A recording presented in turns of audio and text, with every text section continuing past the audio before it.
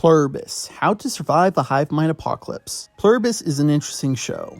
It often makes you think, what would you do in this situation? Would you want to meld with them like Kusimayo? Hold on to attachments like Lexmi? Indulge like Kumba? Resistant like Carol? Or aggressive like Manoso? I'd like to think that I'm in between the two most resistant Endeavor survivors, leaning slightly towards the two most resistant and trying to reverse the joining, just with a little more calculating with how to approach the hive. Now, a lot of us don't really know what we do in this situation until our back's against the wall. Gilligan and co. have been known to write smart characters, but also with some emotional vulnerability. One thing I do over Carol is try to talk to Kumba more. He seemed the most reasonable of survivors who she talked to within episode 2. He was the only one who stayed at the end of the episode to presumably ease Carol to make sure she didn't go out of control before she left. And he reasonably talked to Carol in episode 6. He indulged a little, who wouldn't? He sees himself as a hero, so it makes sense he'd be willing to talk. I hope we see more of him in the second season.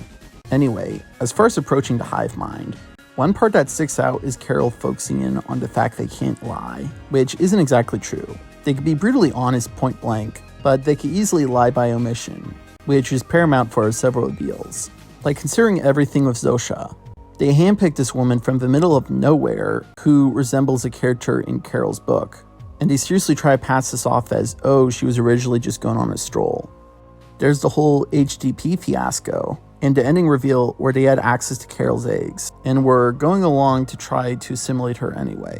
There's the whole fling with Zosha, which at that point is something more emotional than rational. She literally was isolated for 40 days, drove herself mad. I couldn't help but see this as a little bit Stockholm. Anyway, I'm glad the end of the episode changed that direction. There are evidently the more nuclear options. In episode 2, it was established you could just project a lot of negative emotions to someone within the hive, and everyone falls into a spasm. A real trump card, which someone could use if determined enough, which Manoso does in the finale. It's something I'd rather not use, but good to know to at least have power over in the hive.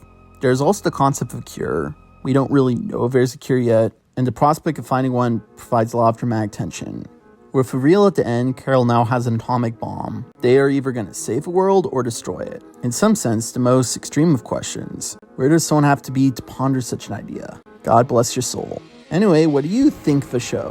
What extremes do you fall in? Feel free to let me know, and cheers.